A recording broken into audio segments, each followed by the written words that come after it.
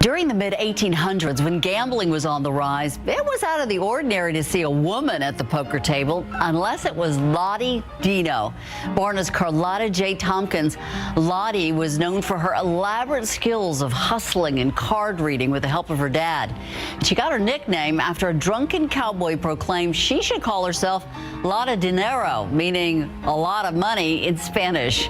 When she arrived in the Alamo City, she became the Angel of San Antonio.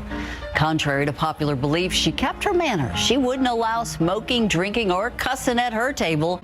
The gambling queen of hearts would eventually fold up her card table and leave her card tricks behind, as well as the name Lottie Deno back in San Antonio.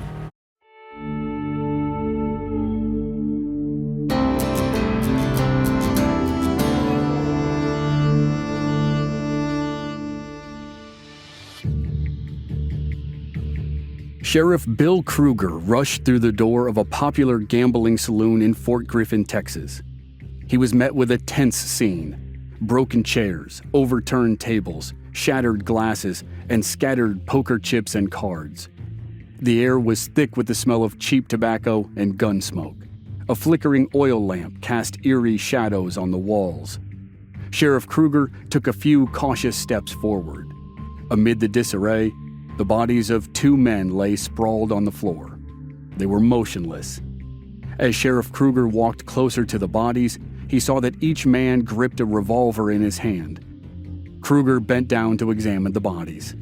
Blood from the telltale bullet wounds stained their clothes. Both men were dead.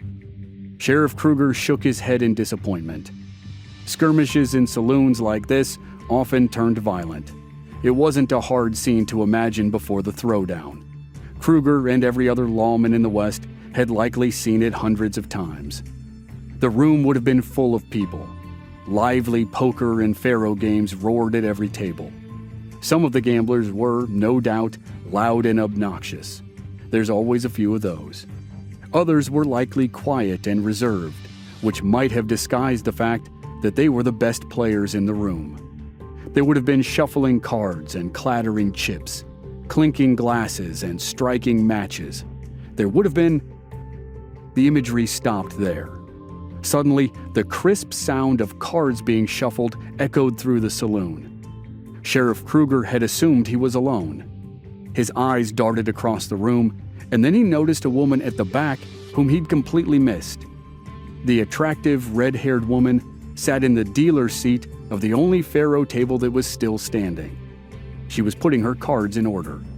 A look of disbelief crossed Sheriff Kruger's face. His eyes softened. He told her he didn't understand why she had not fled with everyone else when the shooting started. The woman looked up at him and said, "But then you have never been a desperate woman."